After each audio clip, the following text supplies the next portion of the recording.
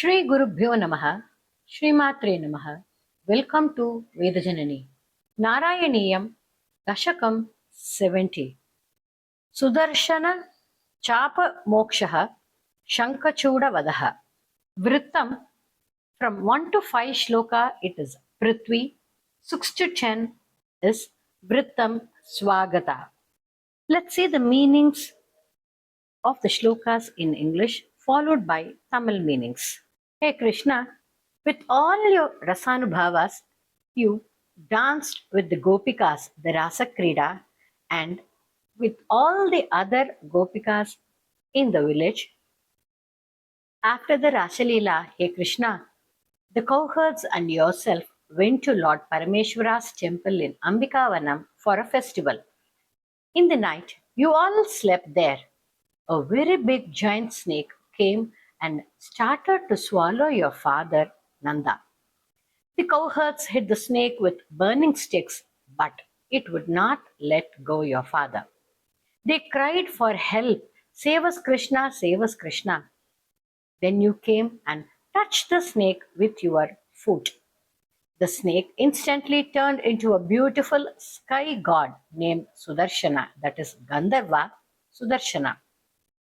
He said, Sages curse me to be a snake. Your touch saved me, O Lord. Then he thanked Krishna and flew away.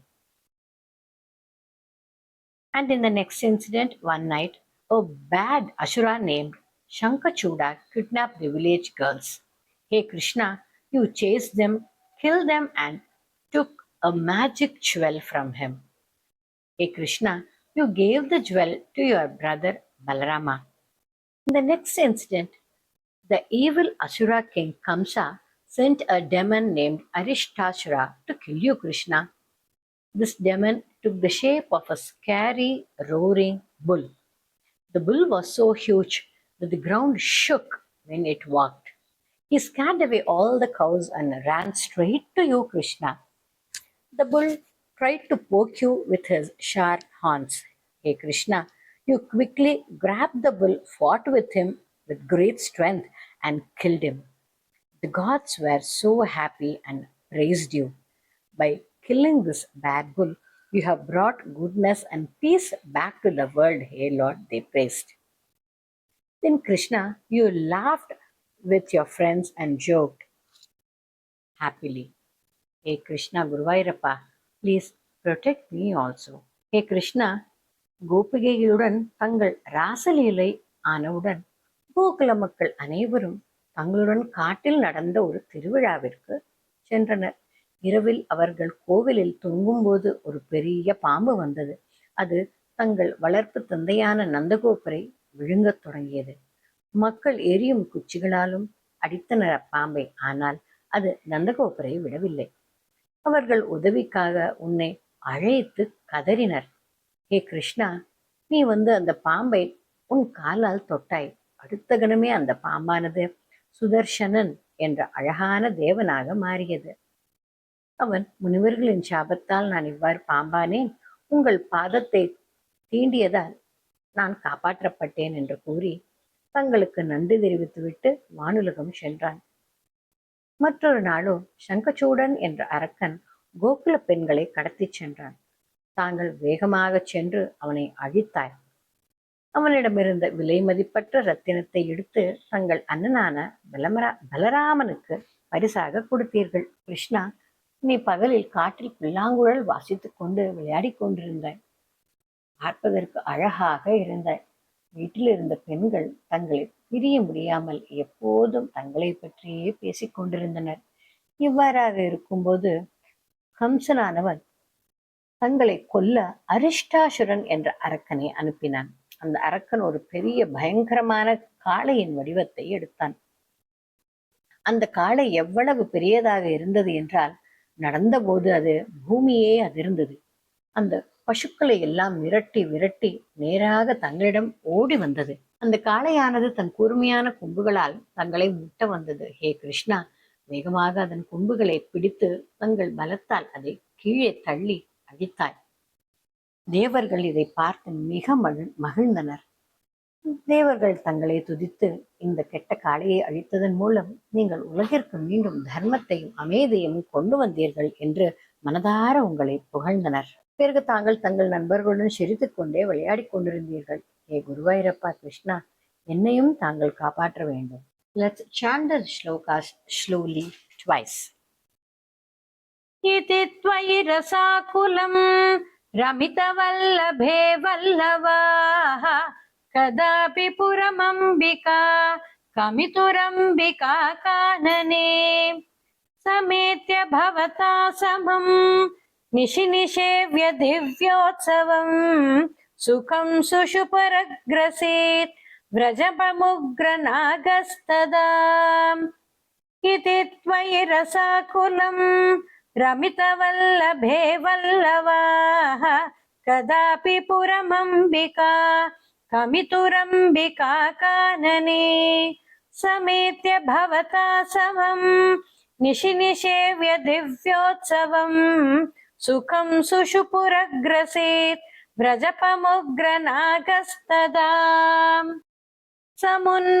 समुन्मुखमतोन्मुखैः अभिहतेऽपि तस्मिन् बलात् अमुञ्चति भवत्पदे न्यपति पाहि पाहीति तैः तदा खलु पदा भवान् समुपगम्य पस्पर्शतम् बभौ स च निजान्तनुम् समुपसाद्य वैद्याधरीम् समुन्मुखमतोन्मुखैः अभिहतेऽपि तस्मिन् बलात् अमुञ्चति भवत्पदे न्यपति पाहि पाहीति तैः तदा खलु पदा भवान् समुपगम्य पस्पर्शतम् बभौ स च निजान्तनुम् समुपसाद्य वैद्याधरीम् सुदर्शनधर प्रभो ननु सुदर्शनाख्योऽस्म्यहम् मुनीन् क्वचिदपाहसम्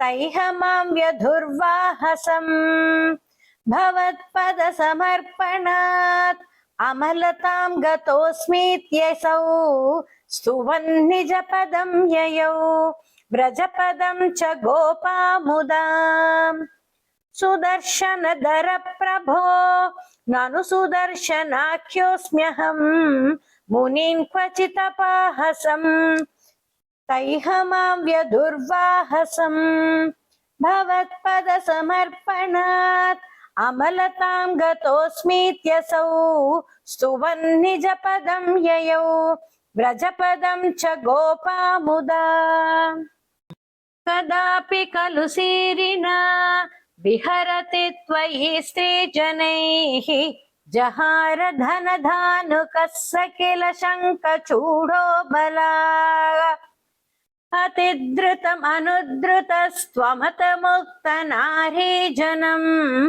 रुरोजित शिरोमणिं हलभृतेश तस्या ददाः कदापि खलु सीरिना विहरति त्वयि स्त्रीजनैः जहार धनदानुकः स किल शङ्खचूडो बलाः अतिद्रुतम् अनुद्रुतस्त्वमतमुक्तनारीजनम् रुरोजित शिरोमणिं हलभृतेश तस्या ददाः दिनेषु च सुहृज्जनैः सहवनेषु लीलापरम् मनोभव मनोहरम् रसितवेणुनादामृतम् भवन्तम् अमरीदृशाम् अमृतपारणादायिनम् विचिन्त्य किमुनालपन् विरहतापिता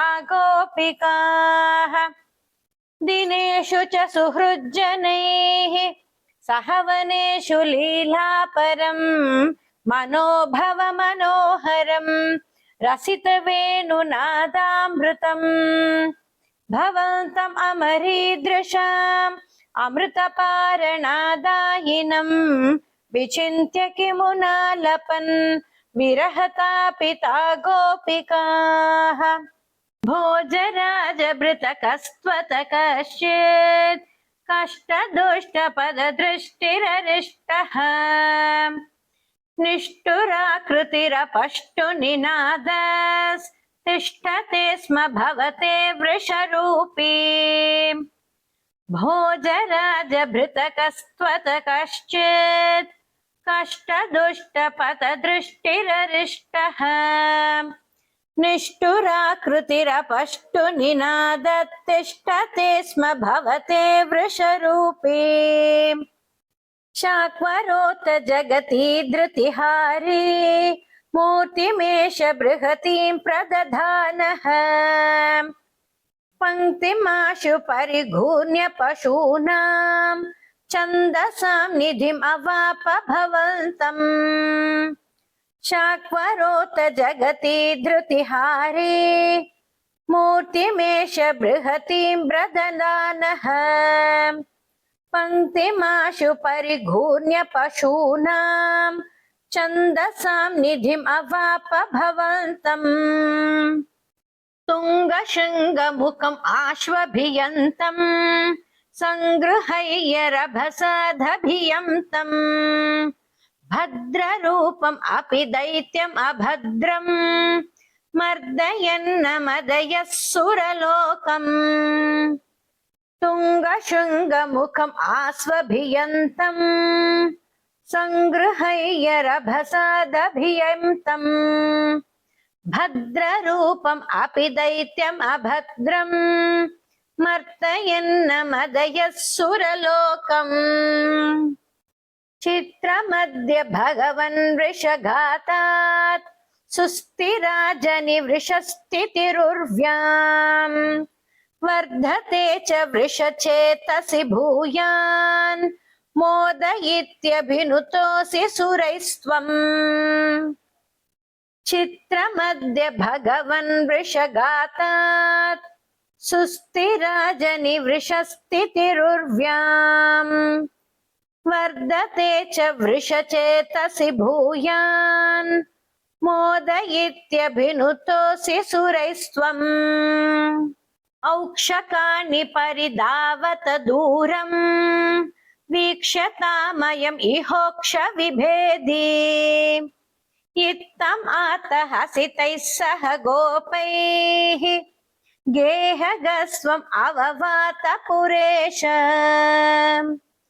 औक्षकानि परिधावत दूरम् वीक्ष्यतामयम् इहोक्ष विभेदी इत्थम् आतः हसितैः सह गोपैः गेहगस्त्वम् अववात पुरेश श्री हरये नमः श्री हरये नमः श्री हरये नमः सर्वत्र गोविंद नाम संकीर्तनम Govind Govind Let's chant the Dashaka fully in the medium speed.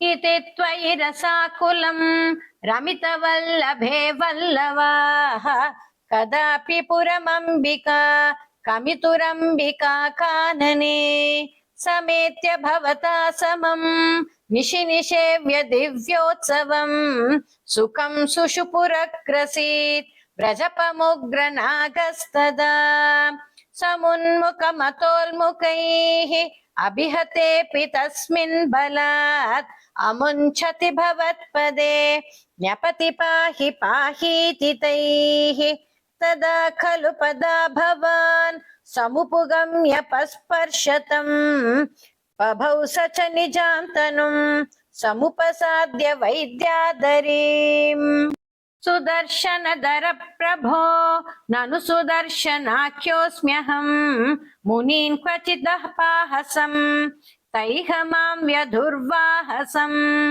भवत्पदसमर्पणात् अमलतां गतोऽस्मीत्यसौ सुवह्निजपदं ययौ व्रजपदं च गोपामुदाः कदापि खलु सीरिणा विहरति त्वयि श्रीजनैः जहार धनदानुकः स किल शङ्खचूडो बलाः अतिद्रुतमनुद्रुत स्वमतमुक्तनारीजनं रुरोजित शिरोमणिं हलभृतेश तस्या तदाः दिनेषु च सुहृज्जनैः सहवनेषु लीलापरम् मनोभव मनोहरम् रसितवेणुनादामृतम् भवन्तम् अमरीदृशाम् अमृतपारणादायिनम् विचिन्त्य किमुनालपन् विरहतापिता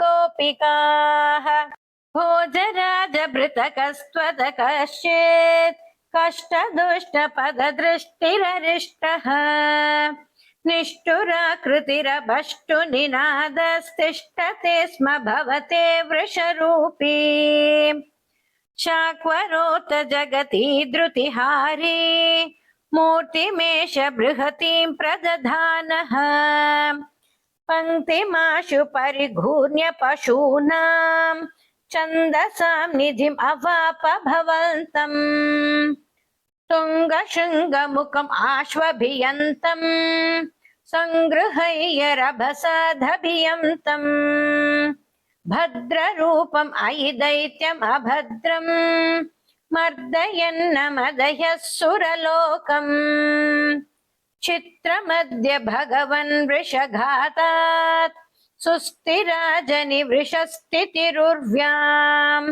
वर्धते च वृषचेतसि भूयान् मोदयित्यभिनुतोऽसि सुरैस्त्वम् औक्षकानि परिधावत दूरम् वीक्षतामयमिहोक्ष विभेदी इत्थमातः हसितैः सह गोपैः गेहगस्वम् अववात पुरेश श्रीहरये नमः श्रीहरये नमः श्रीहरये नमः सर्वत्र गोविन्द नाम संकीर्तनं Govinda Govinda I request you to subscribe to Veda Janani and hit a like and share with your family and friends.